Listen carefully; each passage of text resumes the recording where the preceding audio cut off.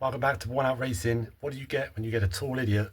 Some nylon block and hopefully some detailed measurements and a 16 valve that needs a crank sensor bracket.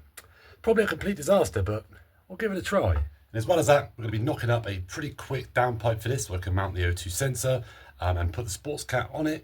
And we're going to be doing a really simple budget breather system for this, which should look really cool in the engine bay. So let's get started.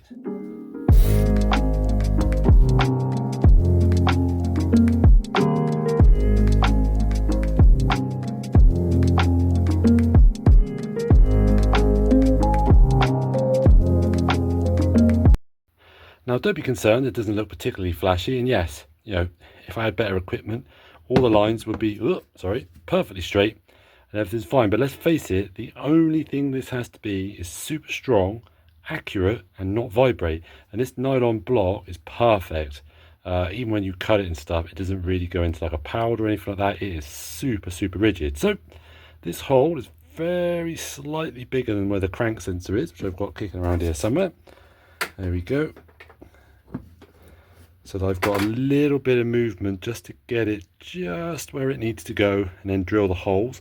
My plan is, because this stuff is so hard, is I'm actually going to drill and tap these, so I could just use a couple of little countersunk little screws. And this bit basically slots into where the old, or hopefully slots into where the old crank sensor used to go. So where the hole is where the crank sensor used to be, this will go in there. Once I've trimmed it down a little bit more, you can see that line just there. It's got to be about 8 mil thick. That'll slide in, and then I'll just put like a little metal brace from here and screw it into where the original bracket used to sit. So hopefully then this will sit there perfectly. Now obviously, if it bothers me in the future that it's a pretty basic looking thing, then maybe I'll get somebody to make me one. I'll just take it off, get them to copy it, maybe out of aluminium or something. But let's face it, the only person that's going to know it's in there is me. Wow.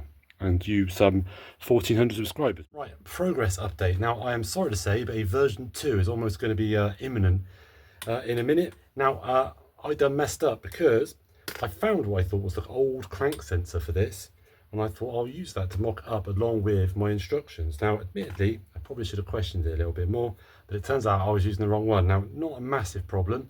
This is the real one, the actual 16 valve one. One is considerably longer, which is good, because I really realised pretty quickly the other one was too short. Secondly, it's a little bit thicker, but you may have noticed 2 holes, 1 hole. 2 holes, 1 hole, and it's a little bit out. But regardless, update so far is this is what I've got. You'll see this rounded on the end. That's the bit that's going to go into the actual where the old sensor used to go, because it's curved randomly. What I have noticed is these areas here need to be a little bit more, a little smaller, so I need to take a little bit more off because I can't quite get it in enough, because this needs to be completely flush, otherwise the sensor sits that little bit too far away. And the other thing, if you'll allow me a second to squeeze this in, because it is a snug fit, which is exactly what it should be, because you don't want your sensor moving around, because crank sensors are notoriously tricky if you start moving them. So before, obviously, I cut this assuming that it would fit a diagonal rotation like with the other 899cc one, but it doesn't. I mean, I could probably make it work. I'll be honest with you, it's in there so snug, I'll be shocked if I couldn't just put something around it to stop it from coming out. But it's getting there. I'm definitely gonna have to do another one. I'll keep hacking this one up until I get the size of this perfect and trim all this round. Then I'll put it on the block, I'll draw around it, and then I'll straighten everything up, and then I'll cut it out. This should be a lot quicker now that I actually know what I'm doing, because as you can see, I've needed to trim this down on the top and the bottom. It's not the easiest stuff to work with, but it's certainly not the worst either. So yes, allow me to go and carry on being a little mad scientist for a minute. I'll get this fitted, and then I will show you, because I'm probably going to move the radiator out of the way, because there's no cooling in it yet, but it's a right pain in the butt seeing what I'm doing with the radiator in the way, so I think I'll do that as well. Now, for any of you that haven't watched my other videos, or maybe I didn't make a big enough deal of it before, and you're wondering, why am I bothering to make a crank sensor spacer? And that is because when you do a 16 valve swap on a cinquecento, everything is dead easy. You can use the cinquecento engine mounts, obviously all the gearbox and everything mounts, that all goes all normal. It all fits in, you haven't got to cut anything. Now, there are a couple of little things you have to take into account though, and one of those is the fact that if you use the cinquecento engine mounts, you run into a little bit of a problem with the alternator bout down here. And I've taken the radiator off so I can quickly show you this. It's not the best view ever. Now, you will excuse my memory here when it comes to which one. So if you look here, ordinarily the crank sensor goes in this hole just there. Boop. And if you look, the pulley combination that I've used, and I'll be honest with you, I forget if this is a cinquecento pulley or the 0.01, but we'll figure it out at a later date. The bout goes up the inside like this. So obviously if you mount the sensor in there, all you'll get in is bout. So obviously now the trigger part, so the actual tooth part of the wheel, is now on the outside. So now the sensor needs to be lined up with this one. Now, spoiler alert, I'm just test proofing this at the moment. But yes, so essentially you're moving it over. Now, if you don't do this, if you run the original pulley, what happens is this bout on the outside touches this engine mount up here, and then you've got to cut this engine mount and move it or space it out, and it just becomes a massive problem. So of the two evils, I figured making this little bracket and moving the crank sensor is better than cutting up a perfectly good engine mount and having to mess around with that loads just to get the bout to clear. I hope that makes sense. If not, I'm sorry. I feel it's only right that I actually give you a little bit of an update, even though I have kind of just been cracking on. So as you can see, I've now done an extended version of this so I can bolt it through here. So again, this stuff taps really nice and easily.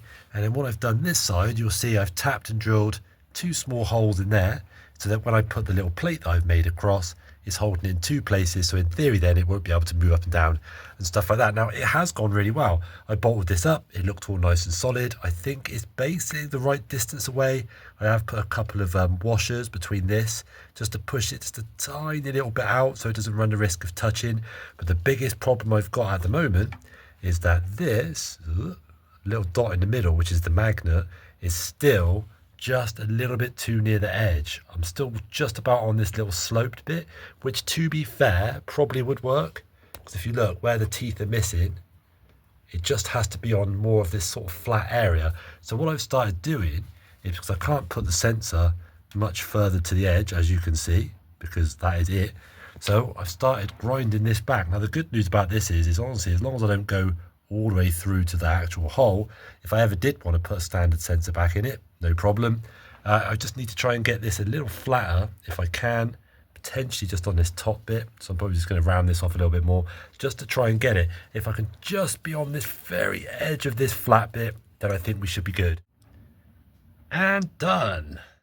Now I think it's probably safe to leave that there now. I've bolted everything back up. I would say of that little tiny sort of metal magnet area on the end of the sensor, about 3/4 of that now is over the flat part of the actual tooth, and then some of it is just over that slight curve. I'm hoping, and that should be enough to get a decent signal for it, but let's face it, it's not the end of the world to take the radiator off and then grind some more back and then put it back on there if it really comes to it at a later date. So I'm going to call that done for now. I don't want to spend any more time on that tiny little bit. I've got more than enough to be getting on with. So I'll throw the radiator and stuff back on it, and I'll figure out what the next thing is on the list. Okay, I've been staring at the car, and clearly for me to be able to do all the rust repairs and stuff in the back, I need to be able to spin this thing around, which means the car needs to start. So I'm basically now just concentrating on things that will stop this car from starting, or will let this car start. Pick whichever one you want. So obviously the wiring, I'm still saving that until the very last thing, just because I just don't want to do it. So at the moment, I'm pretty certain we just need some kind of downpipe / exhaust, so I can put the O2 sensor in it, which I've also got up on the side, and need to put some sort of breather on it, even if it's only temporarily, so it doesn't spit loads of stuff out the top, which it shouldn't really, unless we're revving it. And then a few other little bits. I've got to put the brake pads on, put some brake fluid in it, a few other fluids and stuff. I need to put fluids in that in the gearbox. We'll do fluids all as one little cutscene at some point, because you don't need to see me doing that. So I think next up on the list, I'm going to knock up a temporary breather. That's going to take about 5 seconds. I've got some pipe and stuff for it, and then it'll give me a chance to test run that out. Then we'll start working on the downpipe of sorts, so I can put the O2 sensor and stuff in that as well. Let's see how far we get with that, but really it just needs to turn around, come back in, and reverse back up, and then we can crack on with the back. Right, this is what I've managed to dig up for the time being, okay? So bear with me, because obviously clearly I haven't finished it. I managed to find this piece of blue Samco hose. It was a 90 degrees, so I just cut it off, and I've just wrapped it with the same cloth wrap that I've done for like all the wiring loom and stuff. Again, found this piece of stainless pipe, found this other 90-degree bend, I think must have been from a heater matrix, like the little vents on here. And then I found, because I kept it ages ago, because I thought, oh, it was kind of a cool design, this tin, and you would have seen me in some other previous episode, I've run these on most of my cars because it's just the easiest, cheapest way of making a breather setup. So as you can see, I've got the holes on the top, which I'll straighten out at some point, and I've got the additional holes around the back, and then this will be stuffed full of steel wire. Now I have got, if I can dig it out, what have I done with it? And I'll use this tin as a bulge up for it. I found this super cool hose clamp, and considering the sort of cars that I do up, I'm not going to need a hose clamp that big anytime soon. So this is what's going to basically clip hopefully onto this, and that is going to hold this in place. Now all I'm probably going to do is drill a hole in this, run a tiny one of my little flathead little screws through the inside of that, out through here into a little plate with a riv nut on it, and then it's going to tighten that on, and then I'm going to slide this up underneath there and clamp it in place, and that should keep it nice and simple just for the time being. And then this carbonate induction setup will go down behind it, down through there, all the way down to the bottom. I'm going to cut down a carbon air box, and that'll get its feed from down there with nice fresh air. So that should hopefully be a couple of little clips away from being finished, and that's one more job then in the engine bay done.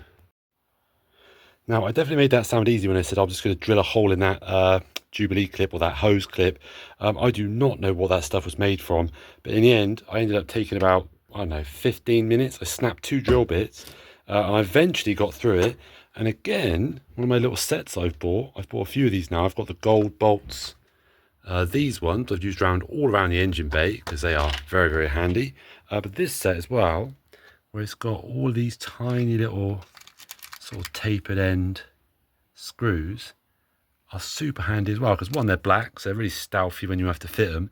This came with absolutely everything, and it's got millions of sizes that have actually proven to be super useful. So how it looks right this second, it's not quite finished, is this little clamp goes in there, one little gold washer just blocking up that hole, and because it's tapered, I've countersunk the hole that side. Now it does stick out a little bit, but all it's holding is a tin.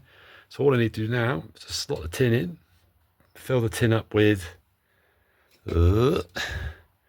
some steel wool, because it hasn't got anything in there now. You might be looking at this thinking, it's a little bit janky around here, Ben. It honestly doesn't matter. So if this gets crushed, smashed, when I empty it, something terrible happens to it, big whoop. I'll just, whatever can I happen to be drinking on the day, or someone else is drinking, I'll just cut another one. It's the perfect crime.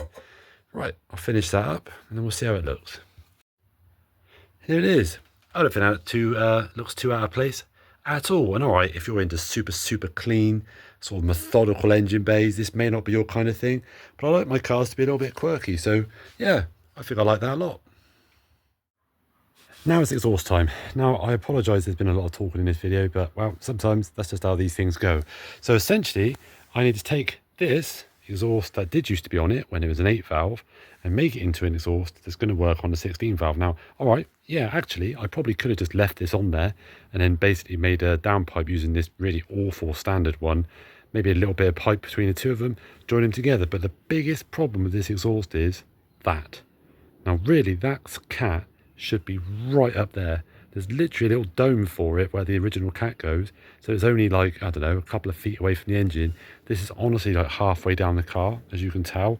And that's just not good enough. How that managed to warm up enough to actually pass an MOT is anyone's guess. So I've got a bit of a plan.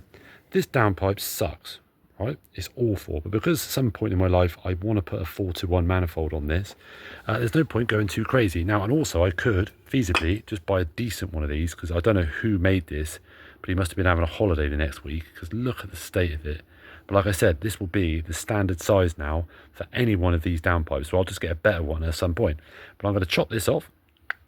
I'm going to chop the cat off roughly wherever, once I've measured where this then will sit in the original dome, I will cut this off wherever it needs to go on that pipe, and I will weld it straight to this. So essentially I've got one downpipe with a cat on it. Now when I replace this, obviously I can cut it off, weld it on again. Now this bit's going to be a bit of a pain because I've dug it right to the back of the actual workbench because I don't use it very often, but I'm getting my bandsaw out, my bad boy one that actually makes light work of chopping exhaust.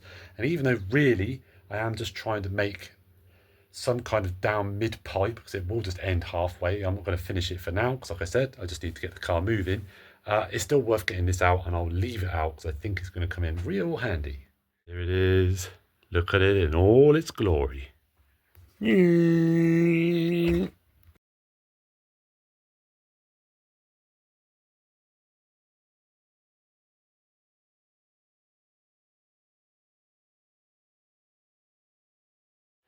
Right, if you'll excuse the mutt barking in the background, somebody else's, not mine. This is a general idea. So obviously, when you ignore this absolutely woefully built, I mean, look at it. It looks even worse on camera. It is terrible. But like I said, this is a temporary measure to get the car running, and this will be an easy bit to replicate on the way that I'm going to run it. So if you look, this heat shield just here, that is where the cat should be, somewhere in that area. So I still don't really know why they put it so far back. Now, clearly building exhausts on the floor is awful. If you ever see an actual exhaust place do it, they've got loads of little like jacking points they can, or like tool jacks, they can hold all the exhaust in place, and obviously they're doing it above their heads, so they can get all the angles right. I've done it before, it's not nice. So whether I'll end up building just a decent downpipe, decent cat, and then taking it somewhere for them to actually just do the cat back bit so that it's nice, I don't know. But for the time being, it just needs to get exhaust from here out the back of the car and sound somewhat decent and not sap a huge amount of power until a later date when we upgrade some stuff. I have engaged my brain, grabbed the tape measure, and obviously it makes sense to avoid this noodle of pipe here and go from the nice flat straight bit. Least of all, it'd be easier to weld, and it's a nice consistent size. Now what I worked out is from the distance from here to where the cat needs to sit is almost exactly how much straight pipe there is on the end of that cat. So if I cut that off and welded it straight onto roughly about here, then it would sit in the right place. But obviously that means no flexi. So I was thinking about cutting this section out, moving that down, chopping this end off. I'll be honest, that's just not going to work. It's too much of a pain. So I'm going to chop off here, keep this flexi, this hanger, and all this flange and stuff, because they're bound to come in handy. You may not be able to see it, but all the way down there, that flexi down there is actually on a clamp. So what I'm going to do is try and get that clamp off. See, hopefully it should, even if I have to slot this a little bit, clamp it on here. So I've got a little short flexi, it's only a little one, and then hopefully just weld the cat onto it. And if this like wobble and all these bits and that sap 2 or 3 horsepower from it until I actually end up doing it properly, let's face it, it's got none horsepower at the moment because it doesn't work. Now, if you're not fortunate enough to own one of these, and I got a very good deal on this a few years ago, or I've never seen one before, it is easily one of the most satisfying tools you will ever use. You can actually take this off and use it as a hand tool if you're cutting stuff. I always just use it in this. Essentially just gravity dropped. So you turn it on, this lovely little bandsaw here spins around, and you just let it slowly make its way through. It does a nice beautiful cut. It's not too loud. It's not particularly dangerous compared to some of the stuff I have to use, and it is peachy when it comes to making exhausts.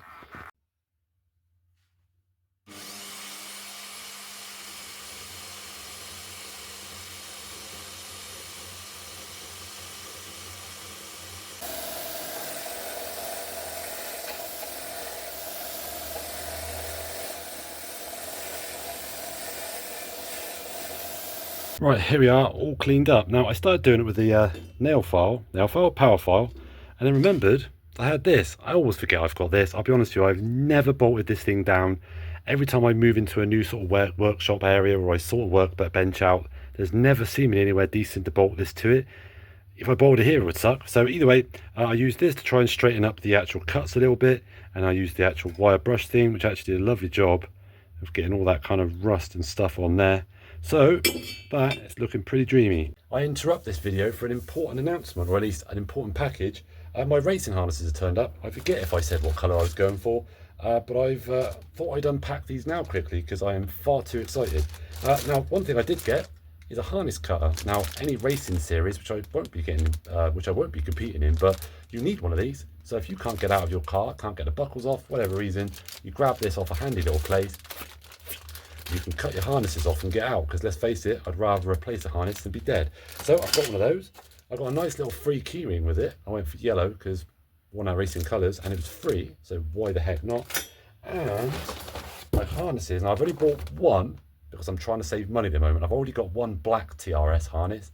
I'll replace that at some point. I'll use it in something else and I'll get these. But there was a deal on, so I was like, well, I may as well nab one now and just foot the extra amount for the other one at a later date.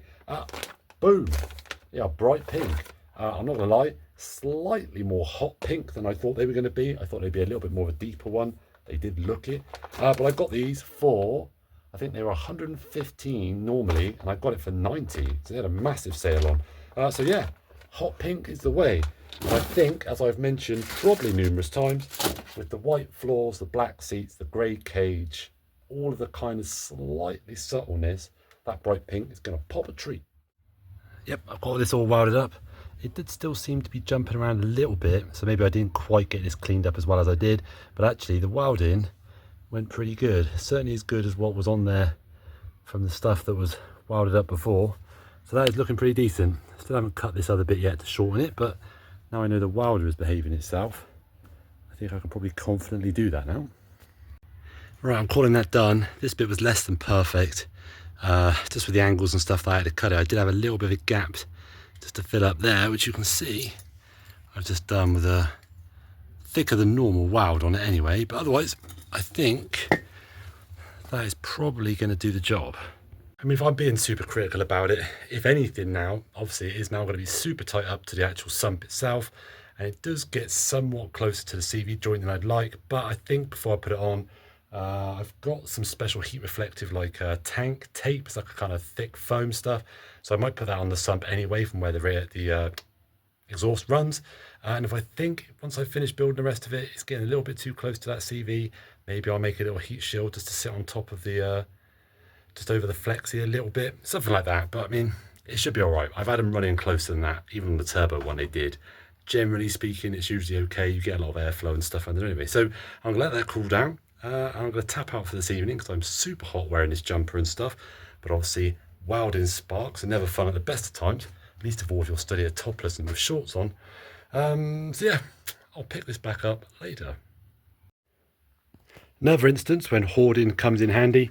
This is all stuff from like the old turbo build and things like that. This is the exhaust that was on the car. It was all going very, very well because it's got a slip-on end that the old flexi used to go onto, and that would fit onto where the cat is now. So the cat would be this end. All I would need to do is cut this hanger off and then move it somewhere up here. But I have ran into a little bit of a problem. I'm going to need to get. Look at this, you get visual aids on the Worn Out Racing channel as well. So this is the ideal situation. This is how it should look.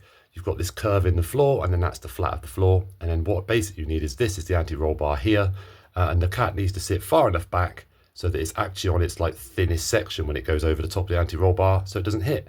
What I've got at the moment is the cat is sitting far too far forward. So the anti-roll bar is more in this kind of sloped section of the cat, and what that means is for me to move the cat up far enough so it doesn't hit the anti-roll bar, it starts to hit the floor. So I can't put this next section in because it just wants to keep hitting everything. So basically this whole cat now needs to move back probably about 2 inches or so, and that should get me all nicely lined up for the rest.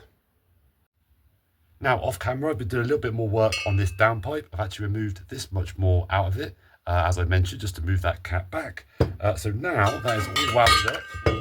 If you're going to excuse me for a second, and this is where I took it out, just here. So this is that much shorter. So now this thin bit of the cat should sit just before the anti-roll bar so I don't get any weird knocking, and that means I can then slot this in to get it mostly to the back, and it won't touch the floor, which is all good. And I haven't actually trial tested that yet, but I'll do that in a minute. But I think that's probably a good place to end this episode for now, because now really, aside from like fluids and bleeding brakes and all that junk, it's wiring. I've been putting off. You know I've been putting off. You may have been watching these videos like, for God's sake, Ben, will you please just get on and do the wiring so that I know how to do it when I do a 16 valve conversion? And you're right, I've been putting off for far too long. So the next episode on this car, it'll be wiring. And then this video, I've got a little bit of a secret, and well done for you for sticking around until the end. I've bought another car. Little unintentional, if I'm honest. I was going one route and then this popped up at an unbelievable price, and it is infinitely cooler, and I like it way more than I was ever expecting. It's not working properly at the moment, hence why I bought it cheap. So keep an eye out for that very soon. I am really excited to get cracking on it because it is completely different from anything I've ever owned before.